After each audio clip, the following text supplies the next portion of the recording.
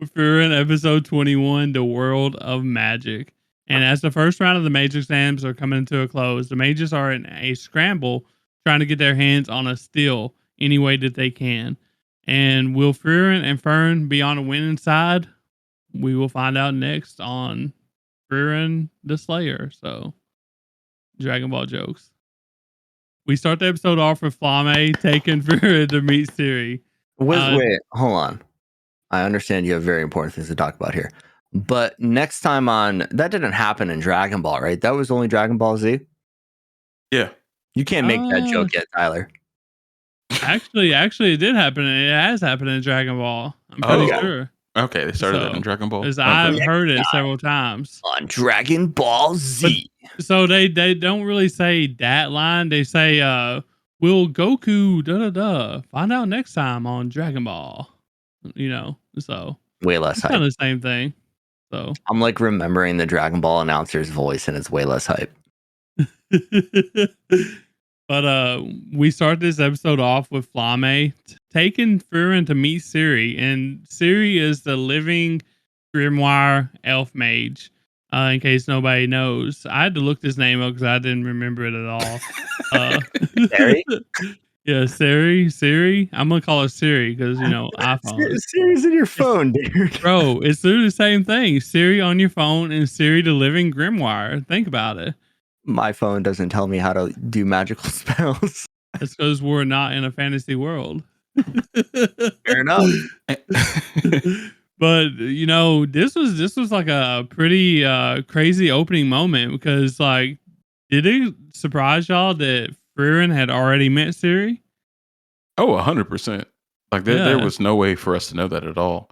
But looking back, we know Flame is probably the most famous mage of all time. It makes sense that she at least knew Siri. Yeah, I was really surprised to learn that was Flame's master. So we got a little connection right here. Mm-hmm. But I wasn't necessarily surprised that they had met in the past. Frieren had mentioned a few times that she hasn't met an elf in a long time, and there's not many of them left. So we've seen 3 elves in this entire show. Well, Frieren said she also said that she thought all the elves were dead when they met that guy elf. That's true. Yeah, maybe she thought Siri had kicked the bucket. Yeah. I gotta start saying Siri. I'm not saying Siri. Siri. But I think later in the episode it actually says that it's been 1,000 years since Siri and Frieren has met. So we're apparently Frieren is much, much older than we initially thought, and apparently elves can live a whole lot longer than we initially thought because Siri, there ain't no telling how old she is, and it's been 1,000+ years since she met Frieren. So, and Frieren's a young elf, so that's just crazy to think about. Yeah, didn't they mention that they met when Frieren was 400 years old? In this episode, I thought they said that. I don't remember that. Yeah. But yeah, I do know that Frieren was about 1,500 years old. Yeah, I think we've gotten some hints along the way about how old she is, but nothing too concrete. So, I think they want it to be a mystery, kind of, honestly. But seeing Siri and knowing that Siri was Flame Sensei and stuff, it brings me to think about: do we think that Frieren is collecting all these grimoires and spells and stuff like that because she aspires to be like Siri? Do y'all think that? I don't think so. Just from what Frieren said when they met Siri was, that's the whole fun of magic for me is just collecting spells. I don't want power or anything like that. I'm just trying to chill and learn shit. It's not about the goal. It's about the journey. Yeah. Yeah. Okay. One Piece. Gotcha. But we talked, I think in the last episode about if Frieren would want anything if she came across Siri. And, we learned that she actually says that she don't want anything, that the greatest joy of magic lies in searching for it. And we also learned that Degen thinks the same thing. So both of them kind of just want the joy of finding magic on their own or searching for it.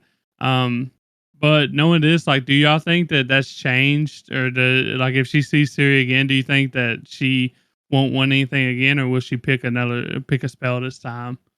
I mean, Frieren, I would love to see these two have a little duel because I want to see Mhm. who's stronger. But Frieren defeated the Demon King, and if Sarai is this all-knowing great mage, like why didn't she defeat the Demon King? And we got into it a little bit with Flame basically talking about Frieren, where she was like, Frieren is a peaceful mage. She doesn't seek out battle, which is why she will be the one to defeat the Demon King because she lives for an era of peace while we live for an era of war, essentially. And that shit was fucking deep. It was, yeah. You don't want like a new world to start when the atmosphere is like war, because then it'll just start all over again. You got to create the atmosphere you want to live in, for the future. Definitely. So Exactly. That's true. I mean, even in the Avatar: The Last Airbender, Iroh's like, I can't go kill the Fire Lord, my brother, because it would just be seen as me trying to take power. It would be more of yeah, the same. The cycle would continue. It's the same thing here. Yeah. Definitely. Frieren, she's learning that the greatest joy of magic is the friends you find along the way, aka One Piece. Yeah. And if Frieren did go see Siri again and got to pick a spell, I think she would pick something silly like making a certain flower. You know what I'm saying? Like, she's been looking for a spell this last 1,000 years and just hasn't come across it. It's like, hey, I've been trying to figure out how to make this certain flower, man. Can you help me with that? I could see that something light, something a little special. Hmm. But That would piss Sarai off You think so so? much. Oh, that's when I get my duel. Let's do it. so you think they're gonna fight, huh? I I like hope that. so. Yeah. I She'd be mean, like, it'd be a really cool, like, because she's not like the big baddie, but like as an antagonist, I think that would be really interesting. Oh, hell yeah. yeah. Okay. I mean, we could see it happen. I guess we'll see. And speaking of like fights, we're going to see Lewin and Connie. They're actually fighting Richter right now, and he says he feels like babysitting, which is pretty funny, and begins actually giving them a history lesson. And this is when we learn that defensive magic can be used against magical attacks and even some basic physical attacks from like warriors and stuff, but it can't be used to protect against magical attacks that use physical things such as earth. So now we're basically seeing like Richter basically earth bending, and Deacon is using fire in his spells as well. So it's funny that Bass mentions Avatar because we're literally seeing Avatar in this shit now, and I'm for it.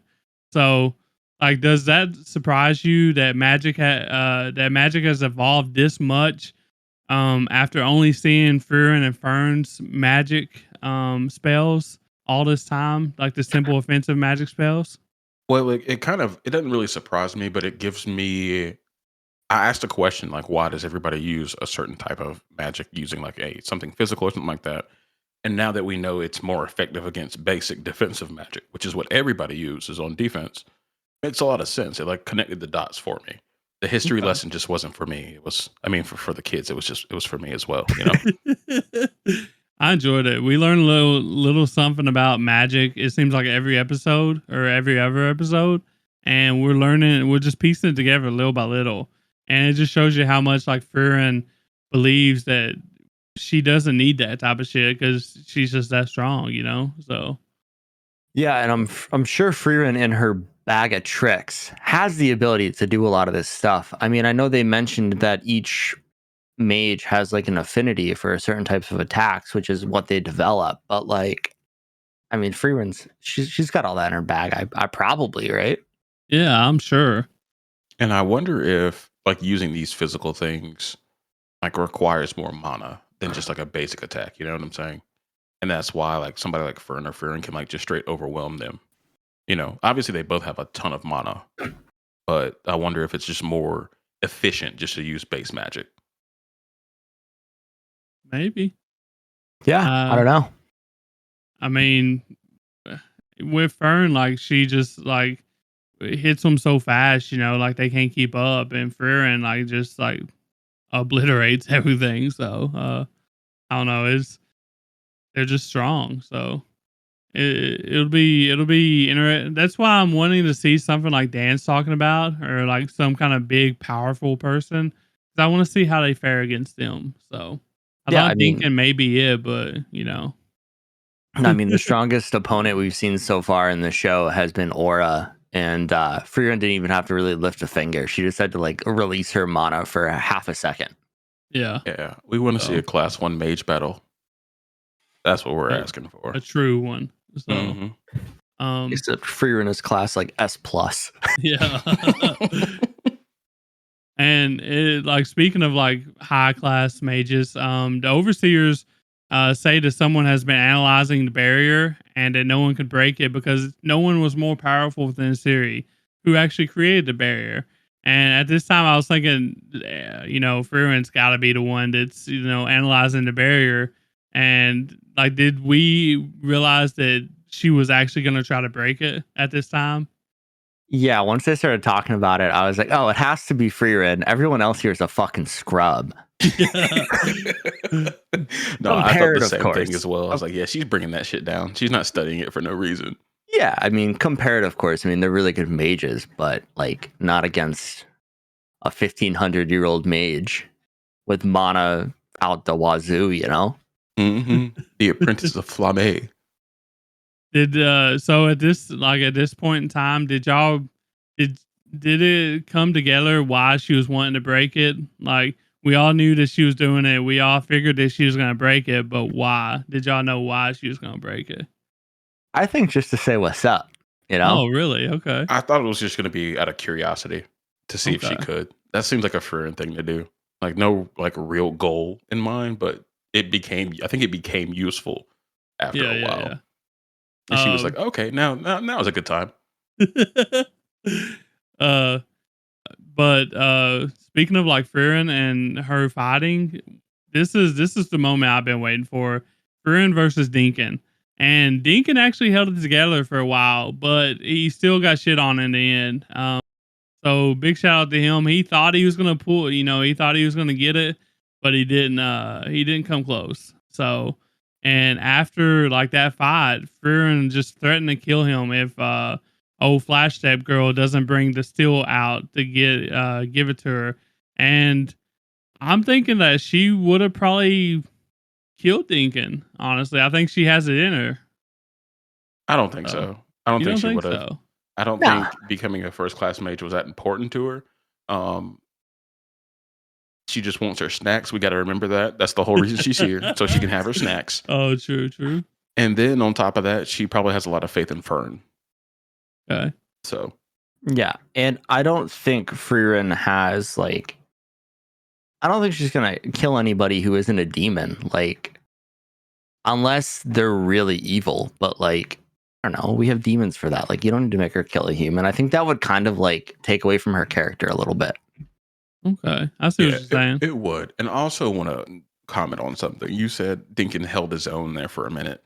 For a minute.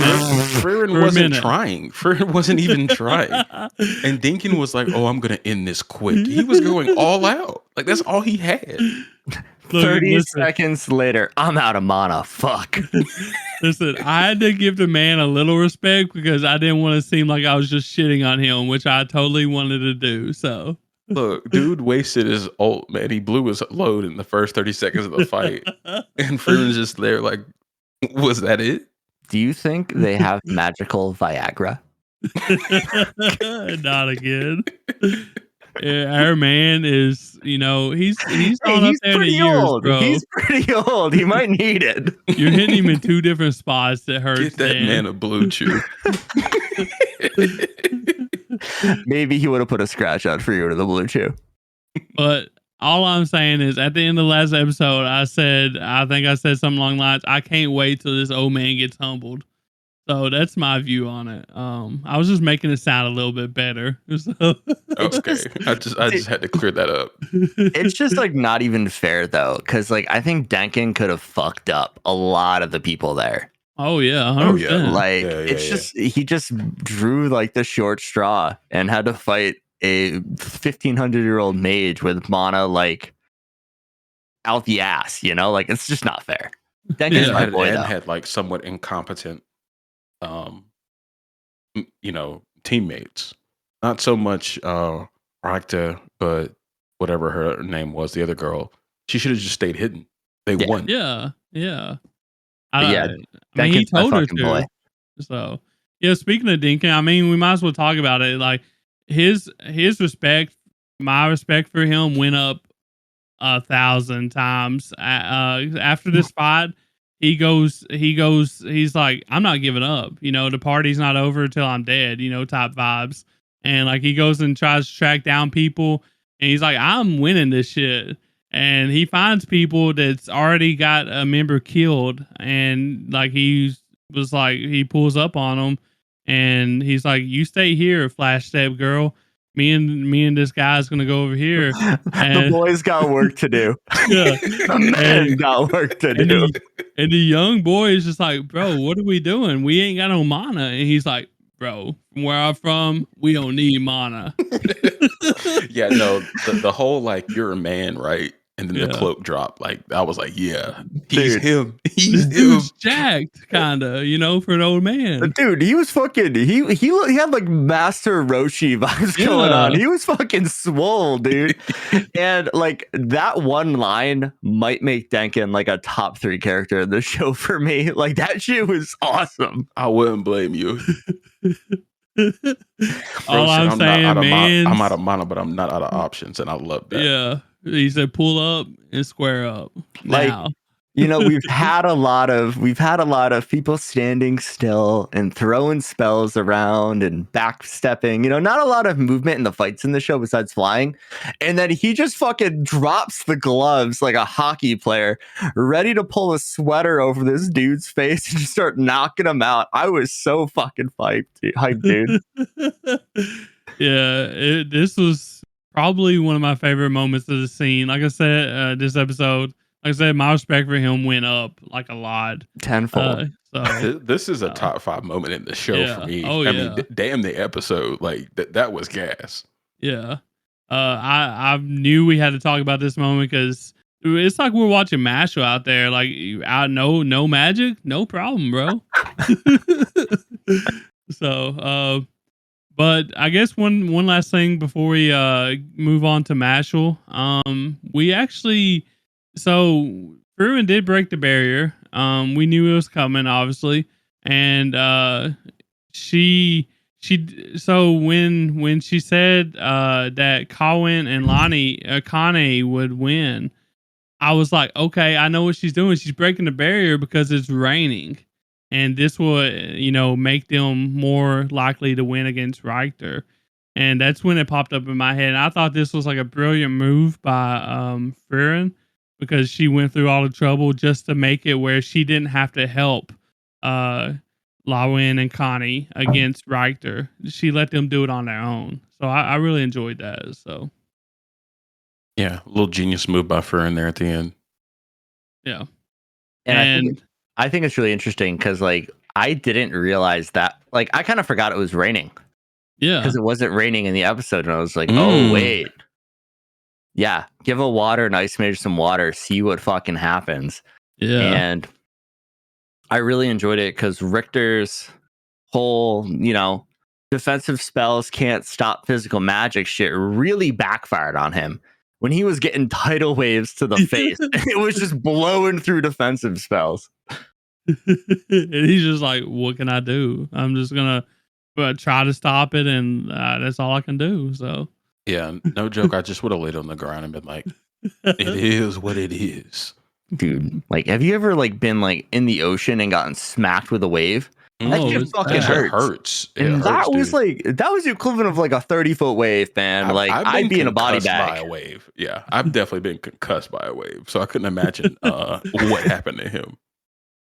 And I also thought it was interesting that 6 parties or 18 people passed the first exam. And I just want to put it out there that 19 parties and 57 people total entered the exam. So that's 13 parties gone.